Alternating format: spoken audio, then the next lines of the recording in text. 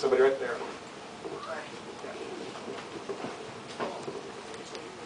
Okay, this is a question for Stan. It's about H.G. Wells.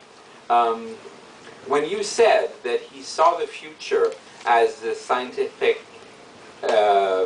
utopian meritocracy, and that he thought that that's how the future would be, I would argue that it would be more of that's how he hoped the future would be. Because when you look at the island of Dr. Moreau and the Time Machine, it doesn't work out that way. Like, I think what he believed was that human nature would prevent it from happening, and that he had more of a utopian dream than a utopian belief. Do you have anything to say? No, that sounds right to me. But he expressed that hope by repeatedly writing utopian novels that said this is the way it should come out, and it will be inevitable because because reason will overwhelm fear and greed, and so he was making a bet or a hope explicit. But from 1905, which is a modern utopia, to about 1937, which is I think Starbegot. Well, that's like 32 years of writing utopias, and they were not bestsellers like his early books were. So 35 years, when I think about that, of pounding away, and then World War II, he got so depressed by what was going on that I think he died at 45.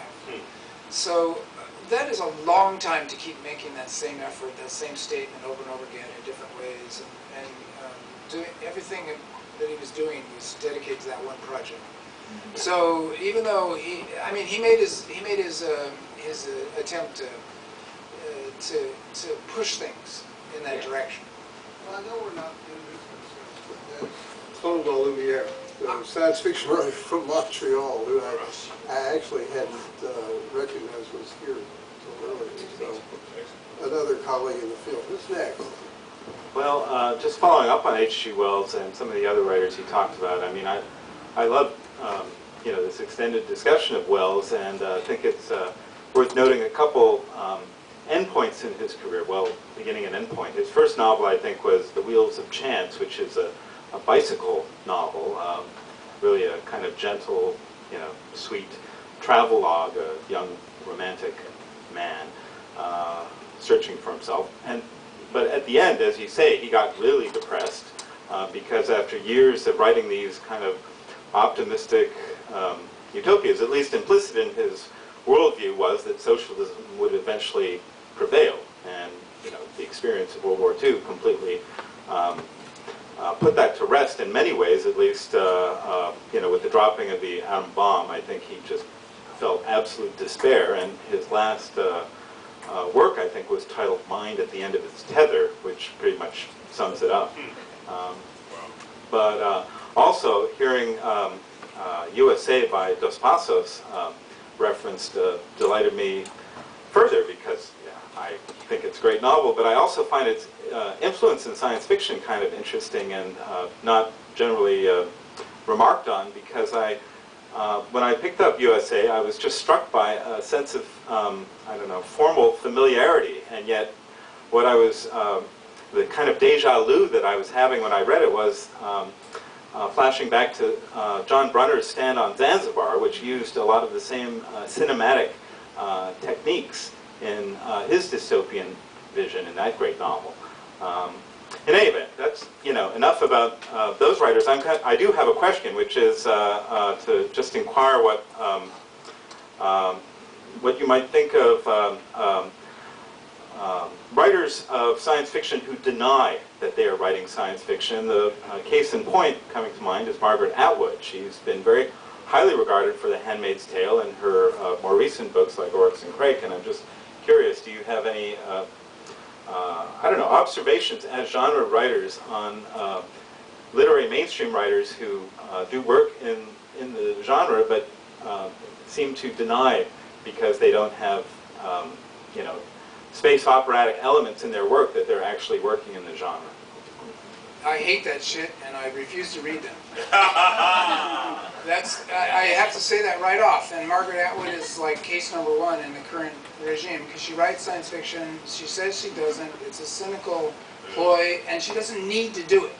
She would still have as many readers if she just said, like Doris Lessing or someone else who came out of the mainstream and then wrote science fiction and then embraced it. It wouldn't matter a damn. It's a snobbery. And snobism, I just think, is a kind of a crutch of some inferiority complex. I think it's chicken shit. That if they had boldness and trust in what they were doing, they wouldn't say, well, that genre is shit, but I'm a genius, and so I've therefore recouped it. You know, I hate that. What I would say is, there's a community there, there's a genre there that gives you certain possibilities to say things you couldn't say any other way. And so I've seized that opportunity. In other books, I don't. And yet, in this case, I've written a science fiction novel, and, you know, what are you going to do to me? You should still be a bestseller. So I won't read a single word by him. And it's it's a kind of a weak revenge. I mean, who cares? So it's all I can do. you're saying she's kind of a talking squid.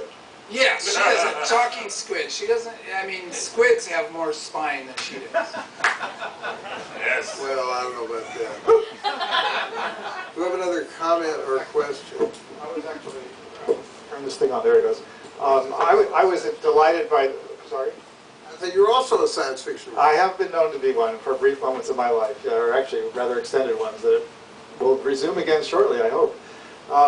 But I'm actually I really love the conversation that you guys already have had, and the ongoing one's great too, but this kind of connection between crime and noir is sort of a moment of pause where you really look into the individual predicament, and then its relationship to science fiction. And I love the idea of that wheel spinning around through history where you sort of, the moment of focus will move from one genre to the next from the point of view of those of us who are making this inquiry.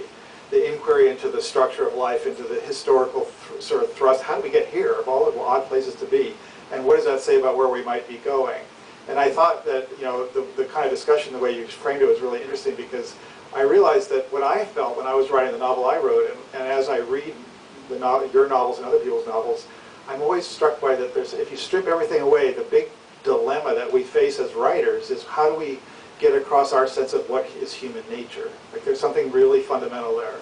And I just wanted to sort of like frame it that way for a moment, and maybe you want to comment on that. And then I also wanted to just quickly throw out Harvey Swado's Standing Fast. If you mentioned John Dos Passos, USA, and I was thinking about another novel that goes in this incredible sweep from 34 to 63, and it's a very political novel. And it basically is covering the story of C.L.R. James and Dunayevskaya and the whole Johnson Forrest tendency. So it's a fascinating novel that also tries to be political and goes into the daily life moment and looks at this question of being political in a very difficult time in history. And Harvey Swados is the author, and he was, I think, an auto worker in Detroit.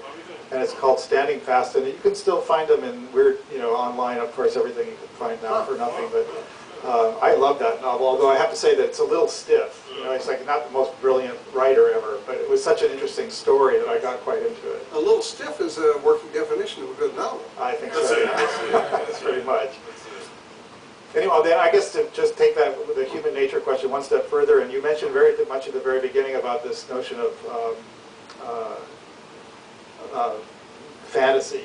And so how does that fit into this question? And I just wanted to throw China Miéville into the discussion and see if he's not kind of a guy that does make politics come to life with fantasy. And his latest book, which co-won the award, I guess, this year. City in the City. Yeah, City in the City, which I thought was unbelievably brilliant, along with the Bacigalupo book, The Wind-Up Girl, which is another interesting new kind of cyberpunkish, but not. You know, it actually goes in another place altogether. So I'm just throwing all that stuff out because that was on my mind after your discussion. Well, I haven't read the Miéville, but I think he's also slated for our Outspoken Author thing. But Bacigalupi stuff is definitely really political. I hadn't thought of that. And I have read The Wind-Up Girl. I've read all his stuff before. He takes on. Have you read his stuff, Stan? Yeah, I sent you the one story about the dog story. Did you ever read it? I don't think I did. I read Shipbreaker, and I thought it was great. Very impressive novel. Yeah. Cool. And Miéville is fantasy, but within fantasy, his fantasy worlds, they're strangely science fictional. They talk about planets rather than worlds, and to me this is like an either or between science fiction and fantasy. And they have revolutions in them and political battles, oppressive forces. They always, it's hard for me to get past the H.P. Lovecraft language and element. I just can't hack that stuff. But he's an awfully smart writer. He's a leftist, and he's doing revolutions in fantasy novels, so he's doing such interesting stuff. It often turns out to be London politics, and I keep thinking, you know, he's still a pretty young writer, and at some point, it's going to occur to him that London politics is not global politics, and the two are you can't talk about global politics and keep it at the London level and still have real things going on. Leave the City? I haven't. That's such a departure, you'll be surprised. He actually manages to break out of the London ghetto quite well in that book. Yeah, I've heard that's a sort of a Serbo-Croatian. There's two cities occupying the same physical space, and the two populations have a policy of ignoring each other. So it's kind of like the Serbo-Croatian situation. Yeah, it's actually a very active process of unseeing, which I thought was a brilliant statement about how we actually live in cities right now, everywhere. Everybody who's read it has said that, so I've got it on the list, although I am a small town citizen, and so cities are a kind of a mystery to me. In Davis, you get to see everybody, right? No, I am bored with my small town. I like San Francisco.